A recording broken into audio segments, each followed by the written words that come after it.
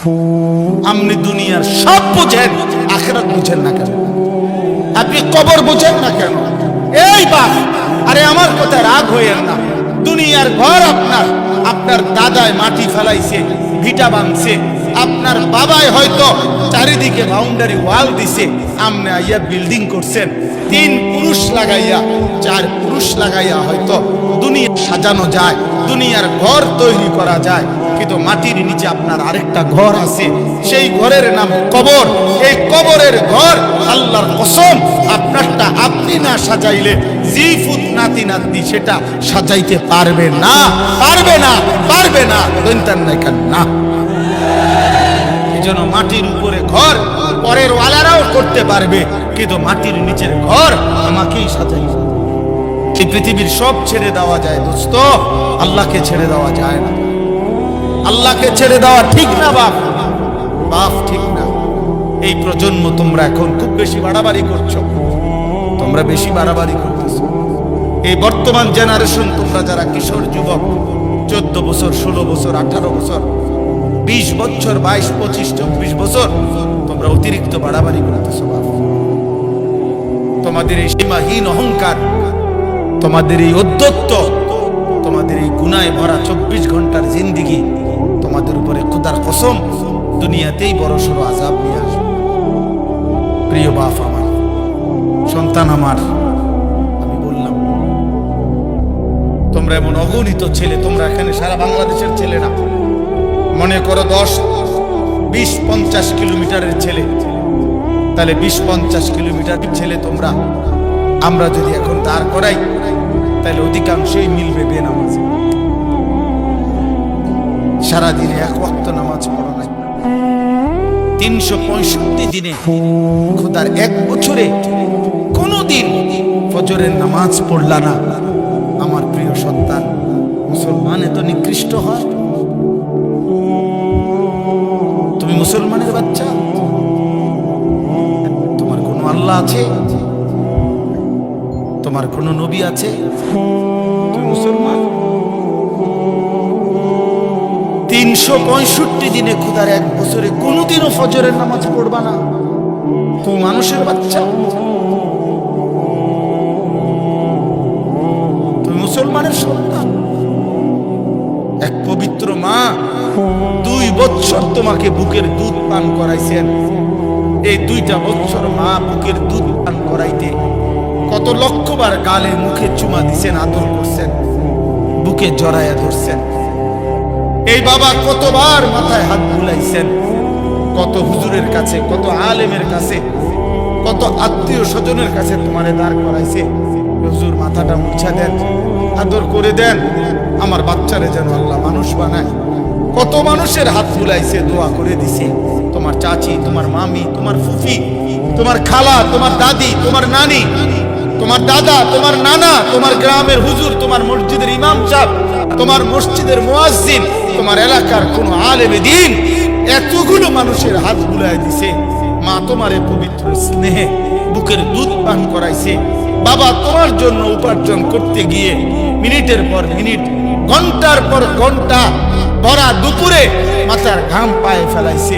বিনিময়ে বাবার স্বপ্ন এই ছিল, মায়ের স্বপ্ন এই ছিল, 16 বছর বয়সে তুমি সারা রাত নারী দেখবা, উলঙ্গ ছবি দেখবা, জিনার ব্যভিচারের দৃশ্য দেখবা, 1 ওয়াক্ত নামাজ পড়বা না।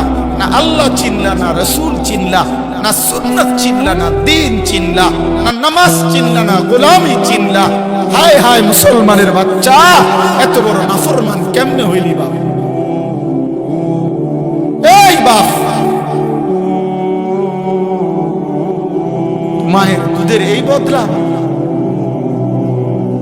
এই নাফরমান, যারা বেঈমানের মতো চুল রাখছো, তোর কোনো বাপ নাই? তোর আব্বা তোর এই চুল রাখা শিখাইছে? তুই জন্মের পরে বাপ দেখো নাই? তোর জন্মের পরে তোর কোনো বাবা ছিল না? তোর কোনো অভিভাবক নাই বেটা? তোর এলাকার কোনো মানুষ নাই? তোর কোনো মুরব্বী নাই?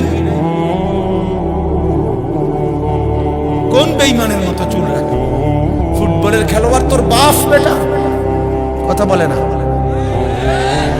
ক্রিকেটের খেলোয়াড় তোমার আব্বা, আর্জেন্টিনার ওই বেঈমান তোর বাপ বেটা, ওই মুশরিক বেঈমানের মতো চুল রাখলি বল বেটা। এই ছেলেরা বলো না, কি তামসা দেখতে আইছো? আমি ভোটে দাঁড়াইছি তাইলে আজকের দিনে এই এখন বললাম, এশার নামাজ যারা পড়ো নাই, মাগরিবের নামাজ পড়ো নাই, আজকের সারা দিনে এক ওয়াক্ত নামাজ পড়ো নাই, তোমার ভালোবাসা দিয়ে আমি কি করব? তোমার ভালোবাসা দিয়ে আমি করব কি বেটা? কি করবো আমি বেটা? না ফরমান, তুমি বের হয়ে যা বেটা, বাইরে বেটা, তোর মতো অপদার্থ দিয়ে আমি করব কি বেটা? আমি তো এত 5 ঘন্টা সফর করে আইসাও, আমি তো আমার জামাতে আগে এশার নামাজ পড়ছি, এরপরে এখানে আসছি। তোমরা যারা নামাজ পড়লা না, বাইরে হবে এখন। তুমি তো আল্লাহর দুশমন, তুমি তো রাসূলুল্লাহর দুশমন, তুমি আমার প্রিয় হবা কিভাবে? তুমি কইবা আমি আপনারে মহব্বত করি হুজুর, আমি আপনার খুব ভক্ত, আমি আপনার লেগে উঠলাম না একদম। মক্কল ঠাউরাইছে, বেকল ঠাউরাইছেন আমারে। বলো মিয়া, এমন মালিক ভুললা কেন? এমন রব ছেড়ে দিলা কেন?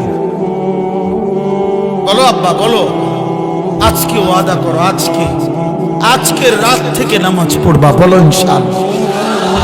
এখন পড়বা, বলো ইনশাআল্লাহ। এই নওজোয়ান, এখন বলো ইনশাআল্লাহ। 30 বছরের নিচে যাদের বয়স, তোমরা হাত তোলো, হাত তোলো যাদের বয়স 30-এর নিচে। কি পরিমাণ দেখ,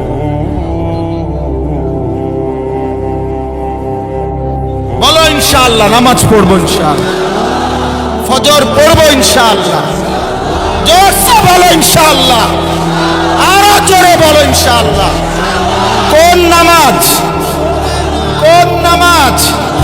আবার বলো, জোরসে বলো, সবাই বলো ইনশাআল্লাহ। আমি ওয়াদা দিলাম, হাদিসের বক্তব্য এটা, মুসলমানের যে সন্তান ফজর পড়বে নিয়মিত, ইনশাআল্লাহ ওই সন্তান আগামী দিনে ইমাম মাহদির সৈনিক হবে, দাজ্জালের বিরুদ্ধে লড়বে, পৃথিবীর শেষ ইহুদিটাকেও জিহাদ করবে তাদের বিরুদ্ধে, এবং ওই নওজোয়ানদের দ্বারাই সারা বিশ্বময় কালেমার পতাকা উড়বে।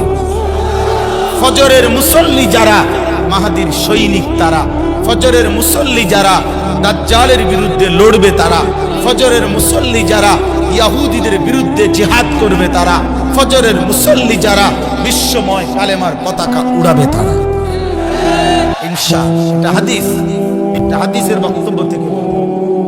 মাহদি আসবে, ঈসা আলাইহিস সালাম আসমান থেকে নামবে, দাজ্জালের জুলুম চলবে, আর ঈসা নবী আর মাহদি ফজরের মুসল্লিদেরকে সাথে নিয়ে শেষ যুদ্ধ দাজ্জাল এবং ইহুদিদের বিরুদ্ধে চূড়ান্ত শেষ লড়াই শুরু হবে ফজরের নামাজের পরে।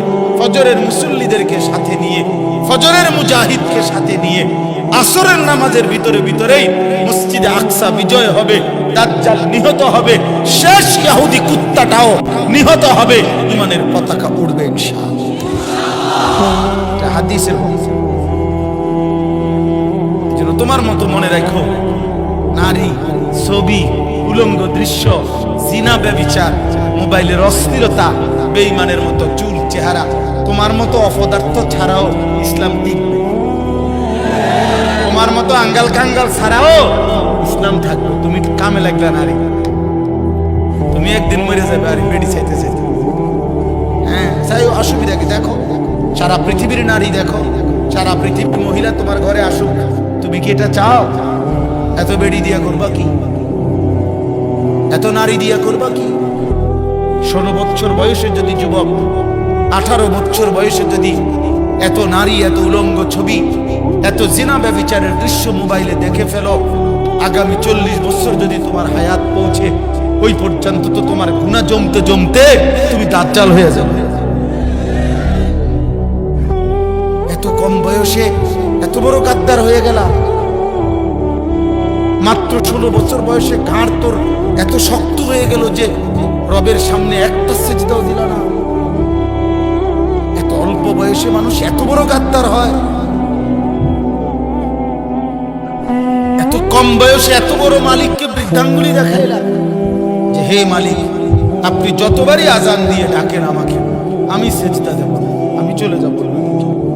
আমি এই জন্য পরিষ্কার বলি, একবারে চোখের দেখা বাস্তবতা হলো, আপনারা যে কেউ দেখেন, বাবা তোমরাও দেখো, যখনই আজান হয় এই পৃথিবীর সবাই জানে এটা আজান হলে কুত্তা ঘেউ ঘেউ করে, ঘেউ ঘেউ করে ওই জায়গার থেকে সরে যায়। এটা আজান হলে মসজিদের সীমানার কাছ থেকে সরে যাওয়া, এটা কুকুরের স্বভাব, এটা মুমিনের স্বভাব হইতে। তুমি নাইলে দেখো, তুমি দেখো। এই জন্য সেলফি উঠাইবার সময় মানুষের লগে উঠাইও না, ওই কুকুরের লগে উঠাই। দোস্ত তুই আর আমি মিলছি বালা, দুজন একসাথে উঠাইবা, উঠাইয়া বলবা দেশবাসী কমেন্ট